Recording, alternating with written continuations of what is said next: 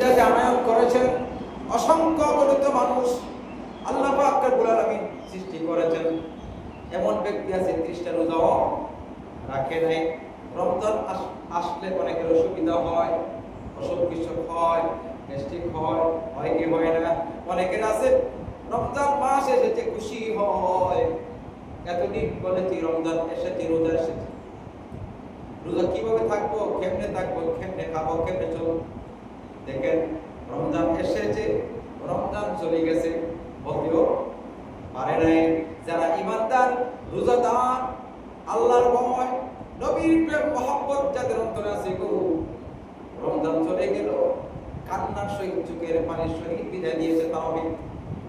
বিদায় দিল রোজা, সিয়াম করে বিদায় দিল চোখের পানির মাধ্যমে, যাকাত বিদায় দিল চোখের পানির মাধ্যমে, নামাজ বিদায় দিল চোখের পানির মাধ্যমে, আল বিদা ওয়াস সালাত ওয়া জিকির, কোরআন তেলাওয়াত সবগুলো চোখের পানির মাধ্যমে যদি বিদায় দিতে পারে, আল্লাহর নবী বলেছে উম্মতেরা রে, ঈদের জামাত পড়তে যাবা, ঈদের জামাত কমপ্লিট করে বাড়িতে ঘরে কোনো প্রবেশ করো নাই, উম্মতেরা রে, আল্লাহ রাব্বুল আলামিন তোমাকে নিষ্পাপ করিয়া আল্লাহ রাব্বুল আলামিন ঘরে পৌঁছাই দিবেন। জোরে বলো সুবহানাল্লাহ।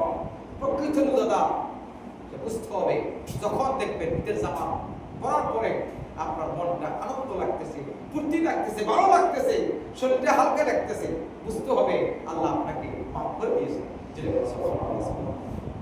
আমার মহান রব্বুল আলামিন মানুষকে উত্তম সুরতে সুন্দর করে সৃষ্টি করেছেন, পৃথিবীর জমিনে ছেড়ে দিয়েছেন, জমিনটাকে বিছানা করে দিয়েছেন।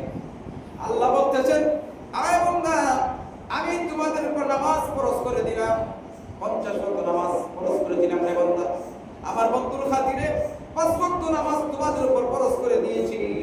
ও উম্মতেরা, 5 ওয়াক্ত নামাজ যারা আদায় করবে, 5 ওয়াক্ত নামাজ জামাতের সহিত যারা আদায় করবে গো, আল্লাহ রাব্বুল আলামিন 50 ওয়াক্ত নামাজের সব তারা আমলনামায় দিয়ে দিবে। আল্লাহ পাক সেই শ্রেষ্ঠতম নামাজ যে আমার বলেন নাই, আল্লাহ বলছেন সাওমুনি ওয়া আনা আযলি বিহি। আল্লাহ বলেছেন রোজা আমার, রোজাদারের পুরস্কার আমি আল্লাহ নিজের হাতে প্রদান করব। জোরে বলুন সুবহানাল্লাহ।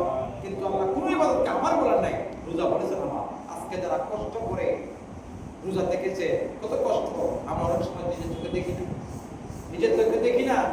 মানুষ কারোর কাছে এমন কিছু লোক সমাজে আছে বসবাস করে, কারোর কাছে কেউ কিছু বলতে পারে, কষ্ট দুঃখ। আমরা আমাদের ছেলে মেয়ের জন্য ডবল জামা কাপড় কিনেছি, আসলে সমাজে ডবল কিনেছি, ডবল কেনার পরেও অর্থ টাকা অতিরিক্ত আছে, চিন্তা করতেছি আরো কিনবো। কিন্তু আমি কি চিন্তা করেছি আমার আশেপাশে, আমার সমাজে, আমার আত্মীয়, আমার রক্তের ভিতরে একটা লোক কষ্ট পাচ্ছে, একটা জামা কিনতে পারে নাই, একটা টুপি কিনতে পারে নাই, একটা কাপড় কিনতে পারে নাই। আমরা কি দেখেছি কি হবে রোজা রেখে, কি হবে নামাজ পড়ে?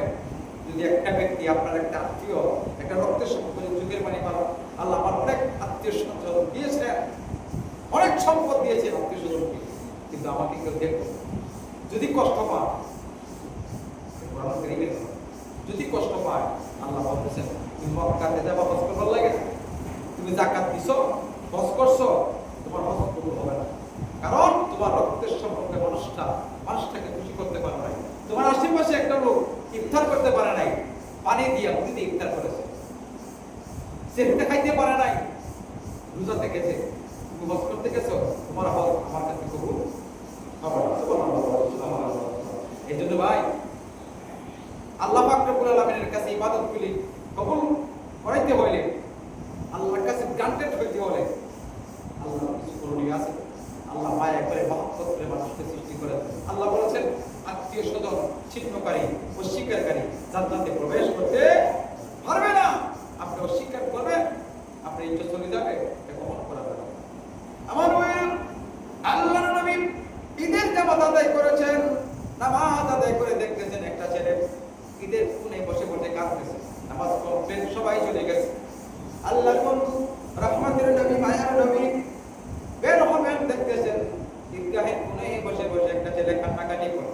নবীজি আগাই গেলেন, দেখলেন, নবী বললেন, বাবা কেন কাঁদছো তুমি, কিন্তু তোমার ছেলেটার কান্না আরো বেড়ে গেল। এরকম ছেলে মেয়ে থাকলে নাতিলে থাকলে এবারে তোমার কে বসে আর বেশি করে আব্বাই বসা আমার বসা দাদা একটু তো খাইছে হ্যাঁ আর বেশি করে কান্দে আল্লাহ নবী যখন বললেন বাবা তুমি কেন কাঁদো কিসের দুঃখ নিয়ে তুমি কাঁদো আজকে এদের দিন খুশির দিন কেন কাঁদো ছেলেটার কান্না বেড়ে গেল ছেলে বলল ইয়া রাসূলুল্লাহ আর রহমতের নবী বাবা নাই গো মা নাই প্রত্যেকটা ছেলে সন্তান সুন্দর সুন্দর জামা পরেছে নতুন জামা কাপড় পরেছে ঈদগাহে এসেছে আমি এসেছি আমার কোনো জামা নাই তারপর আমি ঈদগাহে নামাজ আদায় করার জন্য এসেছি সবাই সবার গন্তব্যস্থলে যাইবে মাকে সালাম করবে কদম খুশি করবে বাবাকে কদম খুশি করবে কিন্তু আমি কার কাছে যাব কোথায় যাব কাকে সালাম করব বাড়ি নাই ঘর নাই আমি আছি জোরে জোরে বলেন সুবহানাল্লাহ